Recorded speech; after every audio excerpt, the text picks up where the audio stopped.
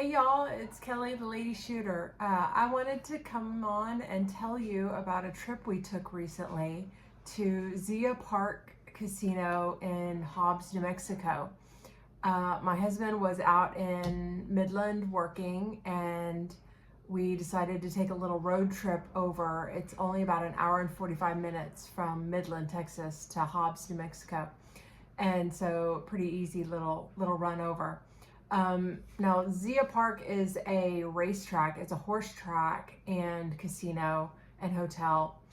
And I don't know if it's owned by or it's affiliated with the same group as the L'Auberge Casino in Lake Charles. They're in that, it's called Penn Play. And so when you sign up for your player's card at one of them, then that same card works at any of the Penn Play casinos. So we already had a card from L'Auberge in Lake Charles.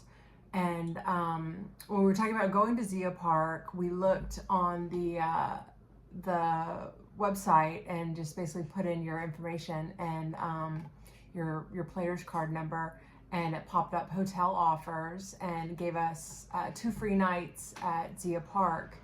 And I'm not sure if that was just like an introductory thing because we had never been there before, or if it was because of points. We've never actually stayed at L'Auberge. Every time we go to Lake Charles, we stay at the Golden Nugget, which is a different company, but the 2 hotels are right next to each other. So you never know. Anytime you're a member of, you have a player's card to one of these casinos that has, other locations, it never hurts to look, either play around on the website and see if you can find offers, or, call the 800 number and just tell them what you're trying to do. And usually, even if they can't give you free rooms, they can give you some kind of discount, some kind of special casino rate, that kind of thing.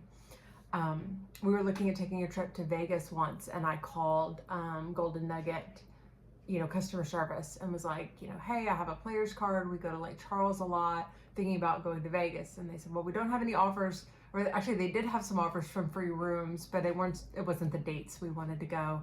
And the lady was like, well, here, I can give you the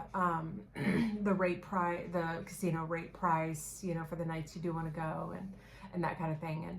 And we decided not to go because it was still too expensive, but we might later, because they do send me offers from time to time still for Vegas. We haven't been to Vegas in years and years, so we really want to try and find time to go out there. So, but anyway, Zia Park, sidetracked. So we go to Zia Park. We get there. It's not a bad drive, just over the New Mexico line, the Texas-New Mexico state line. And it's not huge, and they don't have table games. And I knew that going in. They have electronic games. They have bubble craps. They have some kind of like digital roulette, different things. But I knew they didn't have actual like live dealer table games. But so we went in with managed expectations, and hey, let's just get away for a quick weekend. So anyway, we get there, we get checked into the hotel, easy peasy, no problem. The room was nice. It wasn't super fancy, luxurious, but it was nice. It was, better than an average hotel room. They had non-smoking and smoking options, which kind of surprised me. You don't see that many hotels that allow smoking at all. We're not smokers, but so I was a little worried that it would smell really smoky, even though we had a non-smoking room, but it wasn't. So I don't know if they do it by floors or what. I never smelled any smoke in the hotel part. Of course, the casino, yes, but not in the hotel part. So that was fine. But the room was nice. It had a mini fridge. It had a microwave. It had a safe. It had a nice big shower with great water pressure. And it had a window that looked out over the racetrack. So again, they weren't doing racing while we were there. I guess it's their off season, and I hadn't really paid that much attention to their schedule. But it would be really fun to go sometime when the racing's going on, especially if you can watch it like out the window of your room. That's pretty cool. So I thought that'd be fun. I've never been to a horse track before, or a dog track either. So anyway, okay. So we get there, we get checked in, we go drop our bags in the room, and then went down to the casino. So it's, you know, super, super easy. You walk in the main entrance to Zia Park, and it's casino on the right and hotel on the left. So it's right there, super easy. Walk into the casino, they're checking for underage, you know, they're taking IDs at the door, or not checking your ID, but if you look underage, they're checking you. And they don't allow any outside food or drink, which I thought was odd. So like, you have a cup with you, they won't let you bring it in. They make you throw it away, which kind of surprised me. Even like a bottle of water, they won't let you bring in. And they also have the little person there with the flashlight, and they like want you to open your bag and like shine their flashlight inside your purse.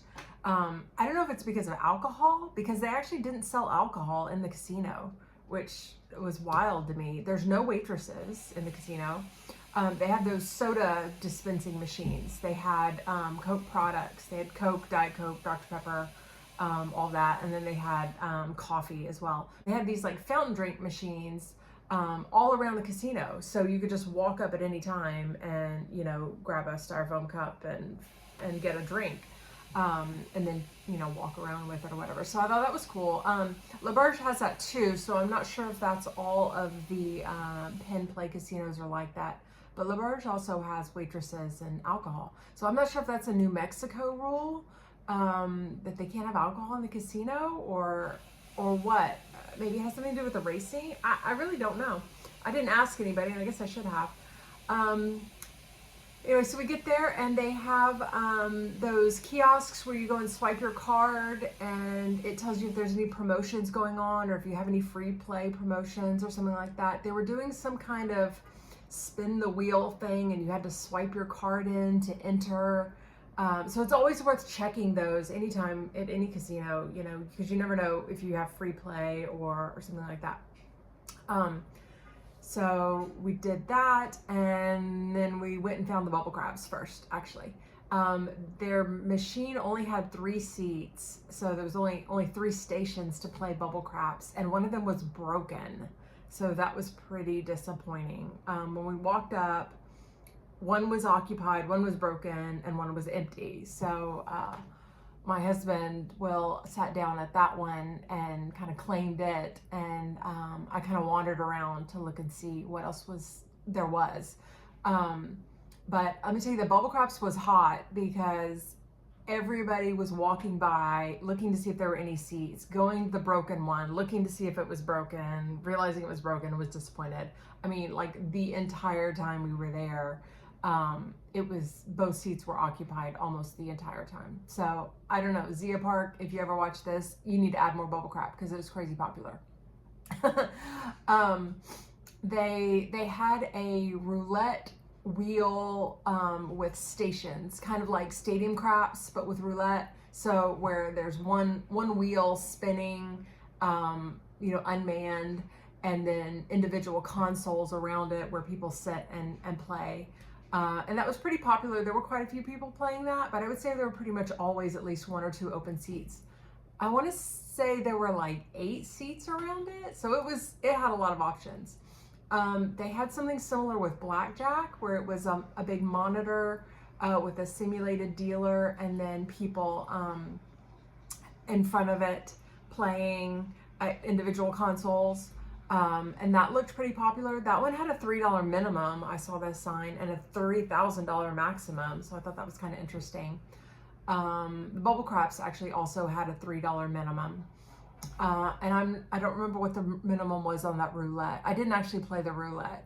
I mostly played bubble craps and a couple slots. But anyway, the other thing they had this system set up that I had never seen before, where they had a display of like 8 TV monitors on the wall, and then maybe like 15 individual consoles in front of it with a, you know, a touch screen in front of you and a chair for like 15 people could be playing.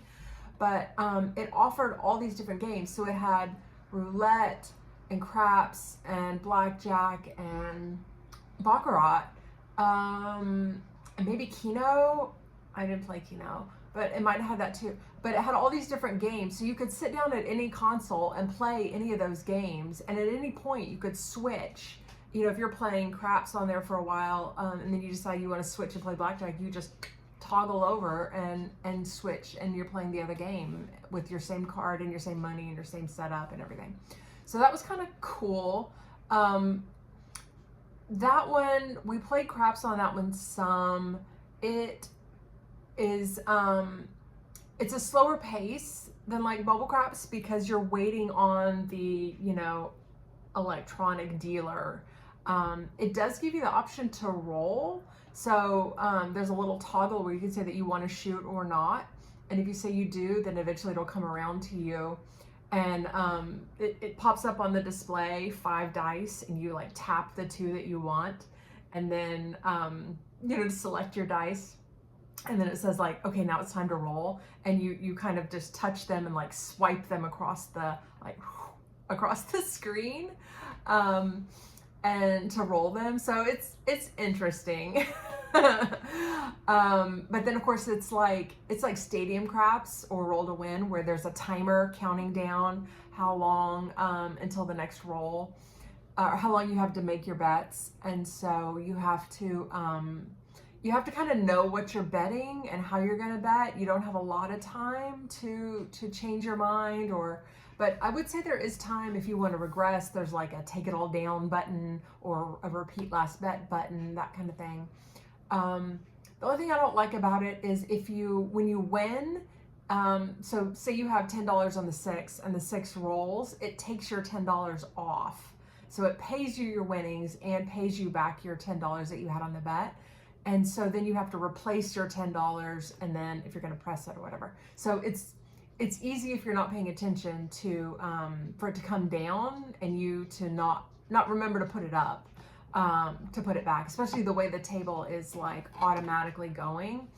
The next roll is happening automatically, so you don't have you know, infinite time to remember to do it. So anyway, all right, so that one was nice though, because that one you could do $1 on each number if you wanted. It was very low minimums. You could play at a very low level on that, which could be fun, especially if you're testing strategies, you're trying different things. You can do, you know, kind of whatever you want, whatever budget you want. But it was a $200 maximum, which was interesting. So your total bet across the whole thing could only be $200 maximum, which is kind of low. I mean, it doesn't take very long, you know, especially if you start at like 110 inside, you don't have any room to press for that.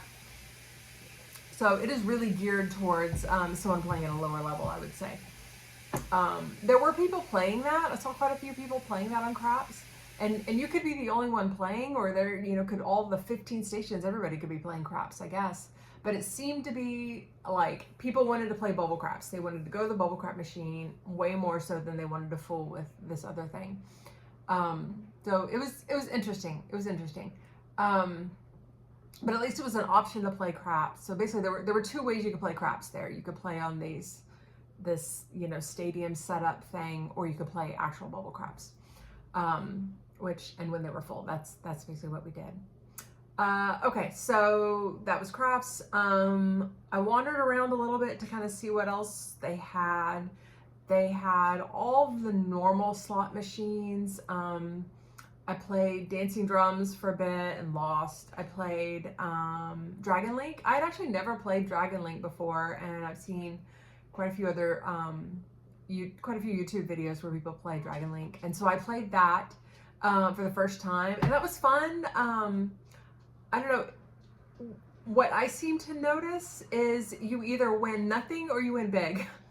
You know, a lot of slots, you know, if you're betting $1, say your bet is $1, you're going to have a lot of rolls where you're going to win $1.50 or $2 or 75 cents or something like that. And then occasionally you hit the bonus, you know, activates or whatever, and then you win, you know, $25 or, you know, hopefully $10,000, right? But more likely it's, you know, $20 or $25 on your dollar bet. And so that you're kind of, you know, up and down as you're playing. But it seemed like on Dragon Link, there were more bonuses activated, but the non-bonus wins were really low. Like there was a whole lot of rolls, so playing at a dollar level, there were a whole lot of rolls or spins where it won nothing. I mean, way more than average, playing like a different slot machine. But then also there were more bonuses activated than a normal slot machine. So it's kind of like feast or famine with that one, I think. So I thought that was interesting. I think I had like $95 left on a ticket from playing Bubble Craps, and I walked over to Dragon Links and put in the 95 and played, and kind of, you know, was up and down, up and down. I think I got up to like $175 at the most. I had one bonus where I don't remember what I won now. I took a picture of it, so I'll post that. So that was my big win. And then I was just kind of up and down. And I think I walked away with around $100, which is about what I bought in with. So, you know, sit down and play for a while and have fun and try a new game and leave with what you had when you started. That's not losing, you know? It's not really winning, but it's not really losing either. If we could do that every time, we'd be happy campers, right? So anyway, they had a high limit slot room, and I went back there because some parts of the casino were more crowded, and I was like, you know what, I'll just walk back here, because sometimes those high limit slots, like the minimum is $1, and you know, I think, well, that's not even that high. So I went back there, and there were a couple machines that they were different games that I didn't know, and I sat down at one for a few minutes and was like, this isn't for me. I think it was $5 a spin, and I thought, well, I'll just throw $100 in and see what happens. And I think I spun 10 times, $50, and was like won nothing, and I was like, yeah, this isn't fun. I'm gonna go do something else now. So anyway, but all in all, it was a nice little casino. We did not win. We lost. Bubble was really cold, really cold. I mostly, you know, tried to be optimistic, tried to do like, you know, $60 across, you know, $5 on each number, and just to see, it was not crapless, it was normal craps, not crapless, and tried to just kind of be optimistic, and lost, you know, 0.7 out, that kind of stuff several times. And I switched over and played the Arnold for a while, and that worked okay. I was kind of grinding out the Arnold at a $5 level, and did okay with that for a while, and kind of stayed even, kind of up and down a little bit, but mostly stayed even. And then I felt bad because there were people like standing around waiting on me to get up so they could play Bubble Craps. And I was like, okay, so I mean, Will had played, when we first got there, Will got on the Bubble Craps machine because it was one seat open. And he played for a while, and at some point I walked up and he said, here, do you want to play? I'll go try that stadium setup for craps. And I was like, yeah, okay.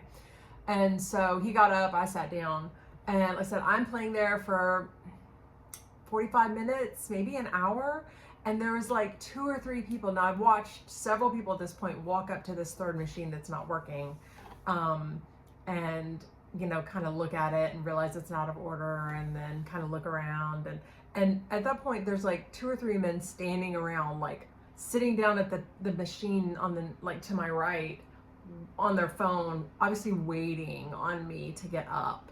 Now there was a man on the third station, the other working station, and he was parked there and he did not move.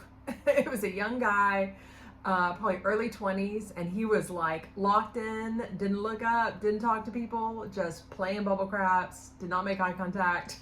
I was like, okay, dude. You know, normally people will like look up and be like, oh, I just rolled 5 5s in a row, or they want to, you know, tell you how great things are going. Dude did not engage. He was not interested. So that was kind of funny. And I don't know if maybe he'd played there before and he knew that these people would come and like lurk and like glare at you, hoping you would leave, and he wasn't gonna play that game or what. So anyway, I played for a while, but then this guy was sitting there, and I looked over at him at one point and I was like, hey, are you waiting on me? And he's like, no, I'm not trying to rush you, but you know, when you're done, I want to take your spot. And I was like, okay, all right. And I kind of I was like, okay, one more shooter, and then you can have it. He's like, okay, cool. And of course it was like a PSO. And I was like, hey, I'm just going to warn you, this thing has been cold for me, so I don't know what to tell you. And he's like, okay. And so I got up, gave him the seat, and I went over and played the stadium with Will for a while. And that was fine. It was fine. It's different. The pace on bubble I like that. I like the pace on bubble because you can control the pace at your speed that you want to play with. You can, sorry, my washing machine just stopped. It's chiming to tell me to come move my load. But anyway, I said, I like the pace on bubble because you can play as fast or slow as you want. If you need all the time in the world because you're doing some crazy like press and regress strategy or whatever, no problem, right? At the stadium though, it's got the little countdown, 10 seconds, 9 seconds, 8 seconds, 7 seconds, till no more bets and that kind of thing. So I don't want to say that gives me anxiety. That seems over dramatic, but you definitely feel like pressure to hurry up. And then like a lot of times you've got your bets placed and you're sitting there and it's still got 10 more seconds and you're like, now I'm just waiting on it. Okay, now it's going to go through the little roll thing, the little sequence with the little, the dealer comes on the screen and it shows the dice tumbling down the table and stops and 7, and you're like, oh, great. So glad I waited for all that.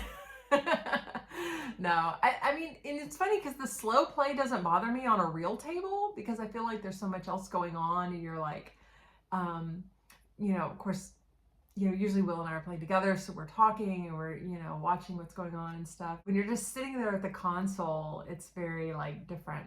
But I guess that's when you get your prime people watching in because then you're waiting on it and you're looking around the casino and see what else is going on in the place. So let me tell you what, if you're not going to a casino to people watch, you're doing it wrong because I got to tell you, that's some great people watching.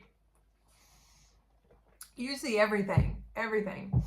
And these little podunk small town casinos like this, I would say the clientele at Zia Park was maybe 50% locals, and maybe 50% people from Texas that, crossed.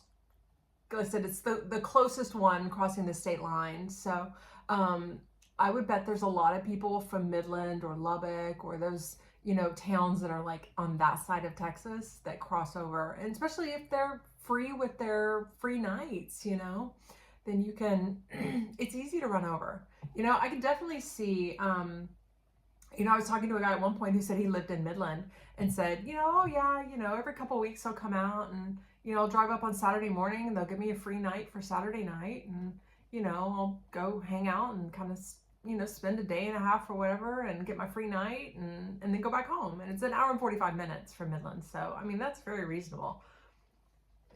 Kind of as much gamble money as you've got, I guess, is how often you can go with that kind of deal.